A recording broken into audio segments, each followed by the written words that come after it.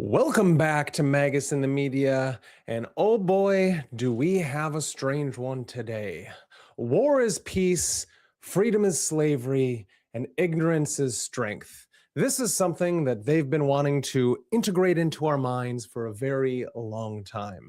And what do I mean by that? Well, I think it's very important for us to understand just how we are still witnessing shadows on the wall. And what do I mean by that even? Well, today, the US has supposedly gone to war with Iran. And what do I mean supposedly? And yes, it is true. We have gone and bombed Iran, a Middle Eastern country. It seems that it's more important in this day and age that our great, powerful leaders are going up against and making sure that we are safe from people thousands upon thousands of miles away, instead of making sure that we have our own streets clean, our roads safe, and making sure criminals stay out where they belong. And it's interesting enough that all these words are keeping us just buried underneath a bunch of rubble, just like what we're doing over in Iran right at this very moment. Again, everyone listening at this fine time, at this fine hour, welcome to Magus in the Media. And this is where we break down all the myth, all the magic, and all the meaning in and within all the stories of today. And it's a fascinating day. And why I start off with this great Orwellian quote, "War is peace, freedom is slavery, ignorance is strength," is because it's really important to start understanding and breaking down just what that means.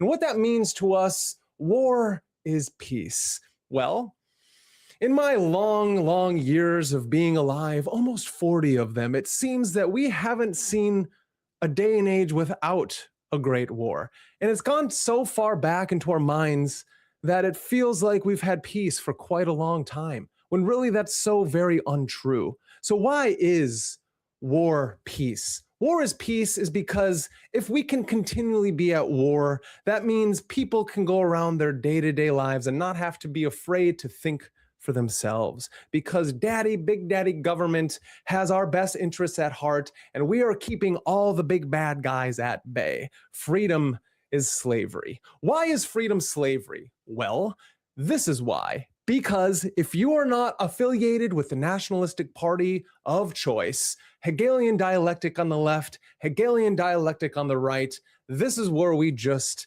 stand. We stand obeying the laws at hand. Those laws are the ones given to us by, again, Big Daddy government. And who is Big Daddy government obeying? Well, that is just what I'm trying to prove at this very moment, is we don't know.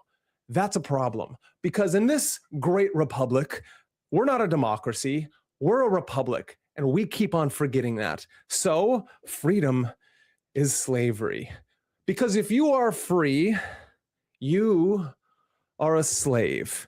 What does that mean? If you are free to think for yourself, that means you can go off reservation and start maybe formulating an alliance with your thoughts, with your mind and your heart, because Big Daddy government doesn't really want you thinking for yourself. Because if you go off reservation, thinking for yourself means trouble.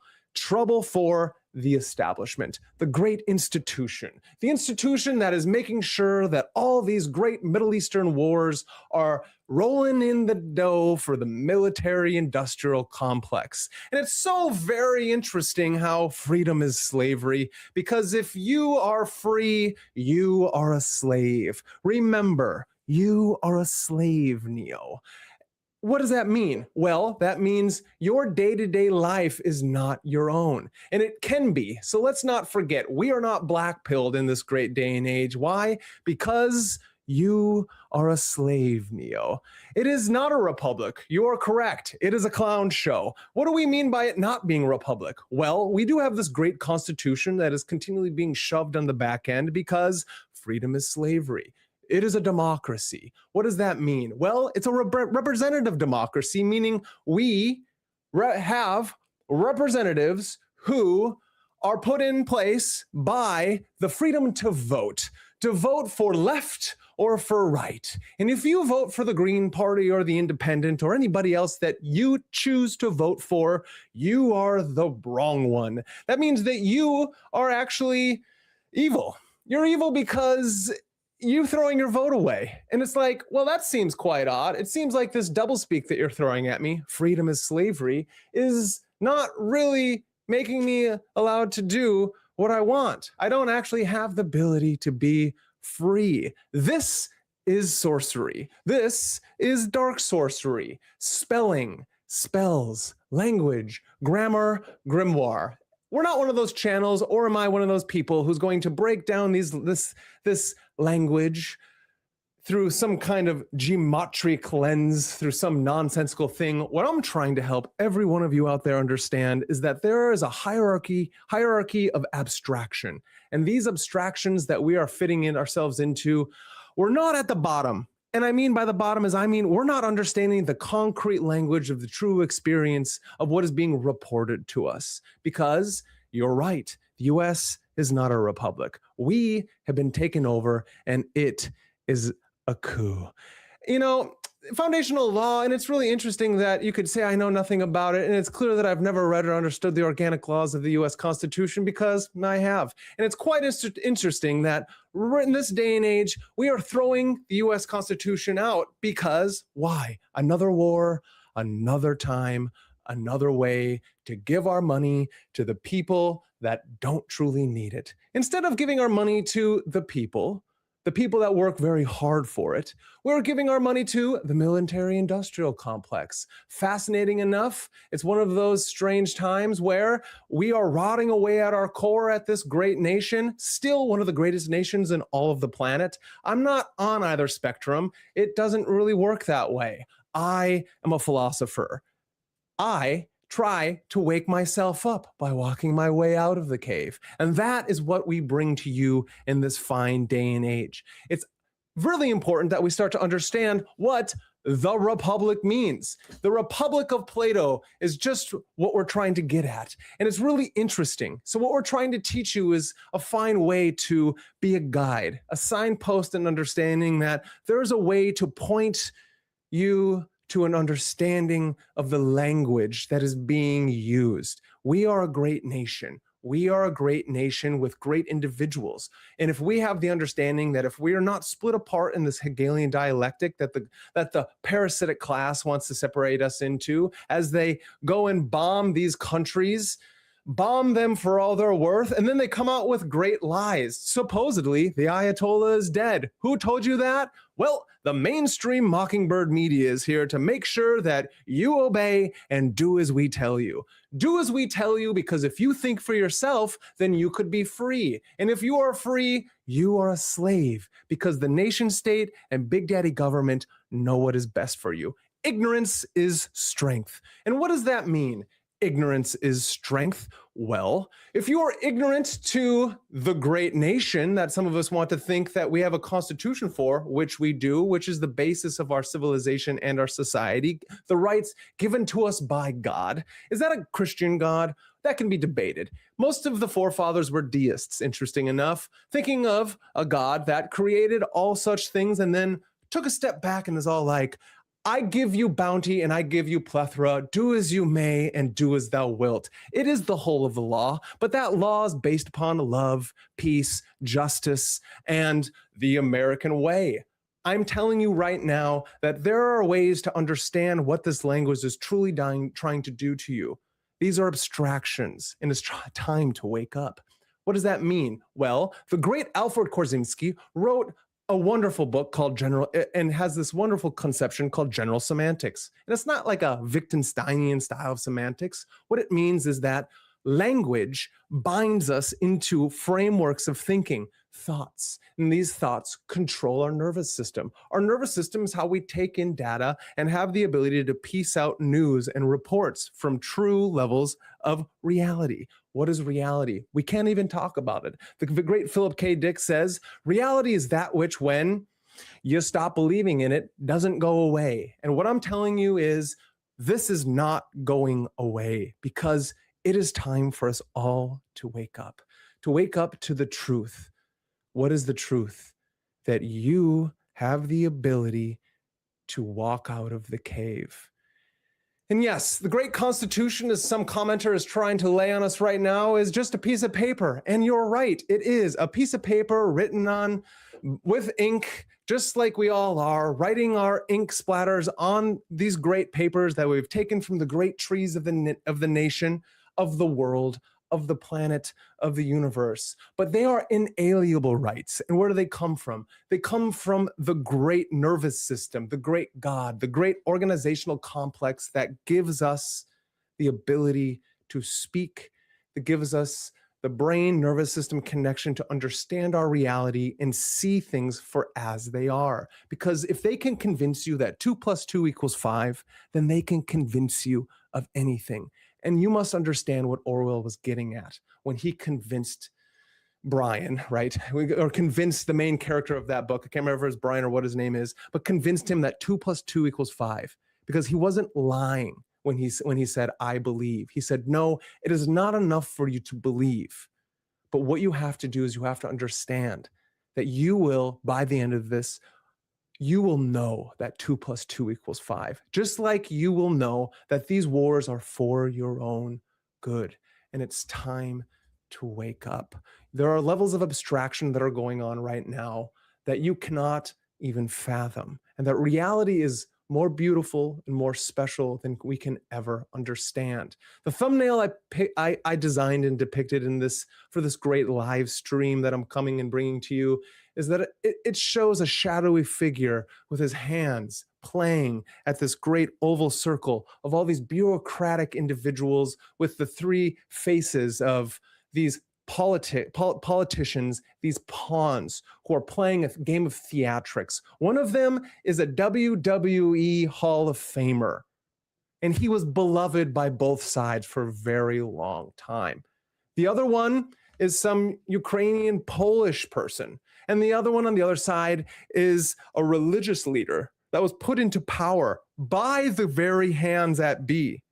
Because what do we do as the military industrial complex, being led by the Bank of International Settlements, being led by dark sorcerers behind the curtains, maybe the great demiurge or the chthonic deities of the old chaos, old H.P. Lovecraftian aeonic horrors, the horrors of the mind, the great fear, this thing that pretty soon in a Steven Spielberg movie, we're going to come to understand as the age of disclosure, the age of information stemming from the age of the Industrial Revolution, earning its way into the age of AI, into the age of disclosure.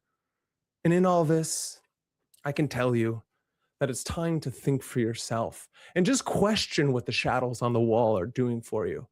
What are they doing for you?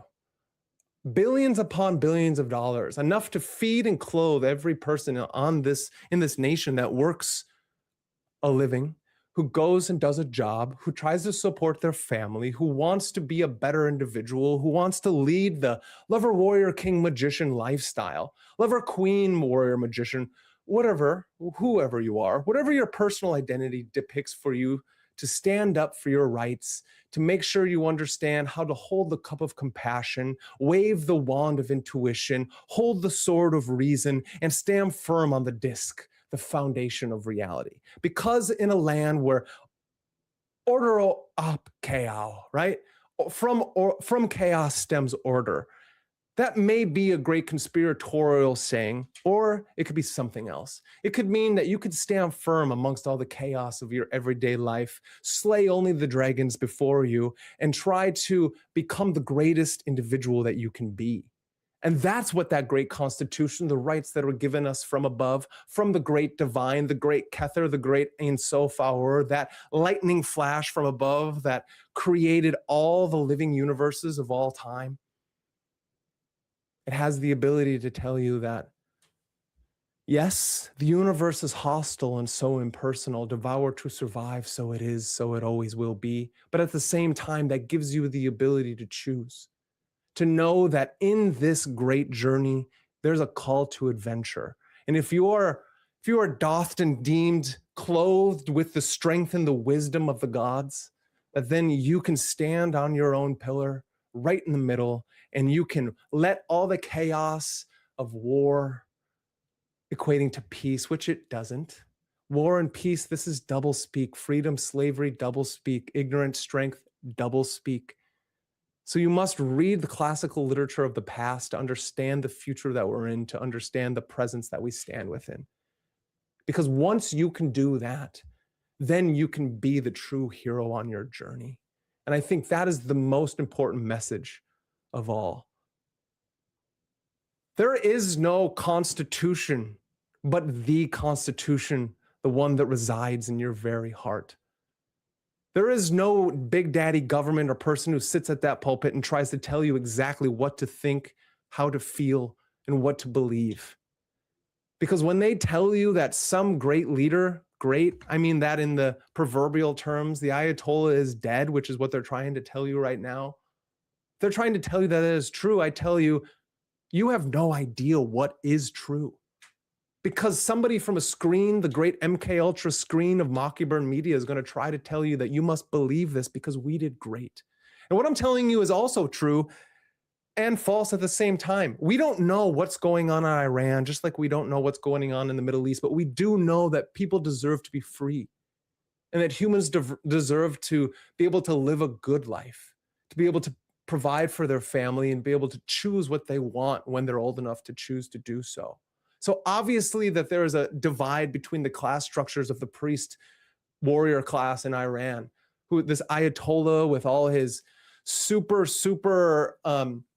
like technocratic imperial oligarchic regime of this high like extreme religious group that is trying to enslave the lower class.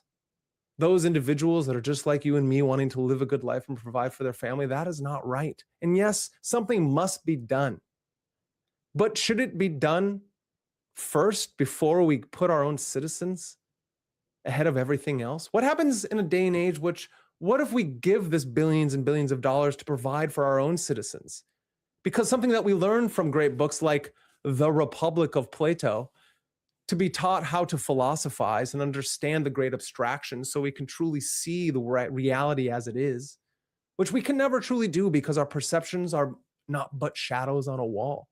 But once we understand that, we can understand how we named things and how we get to such terms such as doublespeak and how the powers that be are going to, the parasitic class are going to try to wigwam slash like pride so much chaos bred in circuses and clown world, and wigwam in a way where it's like, I just don't understand. It's the word, it's the oxymoronic term. It's this understanding that unless I have a firm foundation to stand on and my nervous system is calm and I have the ability to think, then I can truly see the shadows on the wall.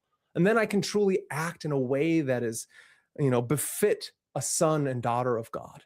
And that isn't exoteric understanding of what Christian, Muslim, or Jude, or any of these Abrahamic religions want to tell us is what God is trying to do for us.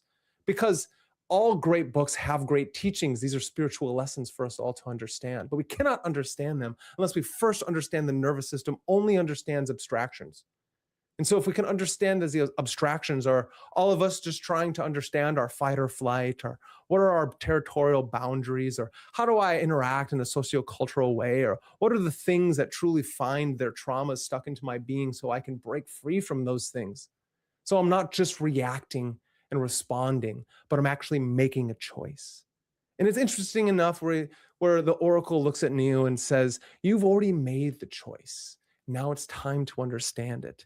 And what these things do is they break us free. They're Zen koans. They're meant to slap our face from the left and to the right so we can actually kind of start to understand that you're right.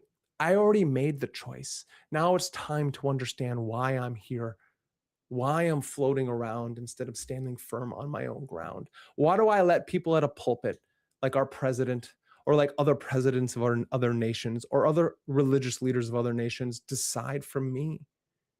And is it a true decision when I only have what they tell us to, the puppet on the left or the puppet on the right? Because truly, when you only have two decisions, you and I are only the puppets around, and we are the ones being made fun of. Because as the chessboard works, the pawns are there to be sacrificed. And I don't think it's okay for us to sacrifice any of our children, any of our brothers and sisters for somebody else's wars. because the military-industrial complex does not have our best interest at heart. The techno-oligarchical class, the parasitic class who feeds off of everyone below them, they are choosing something. And you can look into my videos and you can go to the people that I choose to follow and you can understand that there is something going on. And that's why I call them dark sorcerers. That's why there are media narratives. That's why ignorance to them is strength, because if you are ignorant, then you are not strong. That is the truth about doublespeak. And why did the empire never end? Because Rome never truly fell. That's really going to be hard to understand unless you do some reading of your own. Why did Rome never fall? Well, because it went into hiding, because it had to, because nature, the planet, individuals, we all have cycles that we go through. Great civilizations rise and fall, Sumeria to Babylon, from Babylon to Greece, Greece to Rome, so on and so forth, Great Britain to the United States. The United States is the great empire. It's the military-industrial complex. Europe has the Bank of International Settlements. Rome has the Vatican. And then there seems to be these three-letter agencies that collect data and information, and they say, hey, because you don't know, that means we know, that means we can choose to do what we want. So this war isn't really a war against Iran. It's a war against you and I. It's a war against the Iranian citizens. It's a war against the Middle Eastern citizens who truly just want to live a good life. We don't have to bring this democracy anywhere, because democracy, as Plato taught us, truly leads to tyranny. But democracy so far is the best of all possible things, but it's not the democracy of the masses. We have a representational democracy, and that's a term given to us because truly we are represented. We are a republic, a constitutional republic. And it goes back to what that paper truly states, is that you are given rights from God. And it doesn't matter what God you believe in. It matters that you believe in a highest ideal. And that highest ideal stems forth something greater and bigger than you or I. It is given to us by the Almighty, the great one, right? That all-pervading attractor and love that pervades throughout the universe, the creator of all things and that which lives uncreated, the prime mover in Aristotelian sense, the Platonic ideals, the forms, the good, the sun, whatever it is, the craftsman, the demiurge from that sense, the Brahmin, whoever you are and whatever your God is, as long as it's all good and almighty, all powerful, yes, all loving, and stems from the heart of every one of us, that is what we shall listen to. And that is what separates a soldier from a warrior. A warrior is led by his heart, understands when to use the sword and when to use the cup. The sword of reason, the cup of compassion. So today, as all this craziness and this news is being sent and flown at you by Mockingbird media, telling you to believe the shadows on the wall, I want you just to stop and think, maybe my perceptions of said news, of these reports from something concrete, something experiential that's truly happening in a place far, far away, that may be needed, that we may need to help other places free themselves. But how do we do that when first our own space isn't clean, isn't calm, isn't reflective, isn't contemplating the true nature of all things and understanding these questions like we learned, like Socrates asks us to ask? Well, what is justice? What does it mean to be a just man, a just individual, a just person? These are questions that we must ask ourselves today. Because is it the might equals right? Does it mean that the just person is the one who must protect his friends and scorn his enemies? Or is it something higher than that? Because in the Republic, Plato chooses to speak through Socrates to tell us something. The tripartite soul, that within you have the wisdom thinker, the courageousness, and the fortitude. You have the ability to have these three things in harmony. Thus, you have the philosopher kings, the warrior class, and the craftsman. You have the gold, the silver, and the bronze, or the copper. And these three things together all keep themselves in harmony. And those who have the ability to go up and see the forms and come back down, see God and witness the beauty of the divine, come back down and have the ability to rule in a just manner, because justice is the harmony of all things. So how can we help other people become free when our own society is dying and sick? Yes, we may be the best society in this nation, in this world right now, and I truly think that. I truly think the United States of America is a beautiful place because we do have some form of laissez-faire capitalism, this thing that does allow the small person to build and create a business and support his family. And those are the things, those are the true patriots. Those are the true warriors, those individuals who are trying to protect those rights, the ones who are not falling for the shadows on the wall, the left versus right. It's one of those interesting things that the Hegelian dialectic, thesis, antithesis, synthesis, right? Think about what that is. Problem, reaction, solution. Who's got the solutions? Right now, it's the parasitic class, the ones who are formulating ourselves into the dystopic technocracy, where everything you do is being monitored at all times. Because if the medium is the message, then the message is to unbox us into a small frame of reference, into a perception that is being given to us. Not thought from the inside out, but from the outside in. And if the saying, the old Hermetic axiom is, as above, so below, so within, so without. If the without is sick, then the within can't be healthy. But if I can make myself healthy, both by mind, body, and soul, then I can help the without become healthy, the republic become healthy again. But you cannot do that without first understanding that these words, this doublespeak, war is peace, freedom is slavery, ignorance is strength. They're going to try to tell you that these things are real, that war is good because we are the protectors of the just. How can these people be just if they're the ones covering up the Epstein files? If they're the ones covering up murder at all times, if these three-letter agencies are breaching discord and causing dissonances amongst all of us? That is not true, and that is not just. There are dark sorcerers abound, but it's time for those of the light to blossom and rise. We don't fight with others. What we do is we fight the demiurge of the soul, to fight the dragons within, calm them, and then use them when we are amongst our peers, by using the dialectic, by understanding the Socratic method, by having conversations that are hard and asking questions and sitting within our own peace. That is how we have a constitutional republic. And that is how we bring myth, magic, and meaning back to the world that we love. I thank you all for listening. There's a lot going on in this world, and I got a lot going on as well. Like, subscribe, and share. Magus in the Media is here to help bring just that, the philosophical, the esoteric, the magic back to all of us.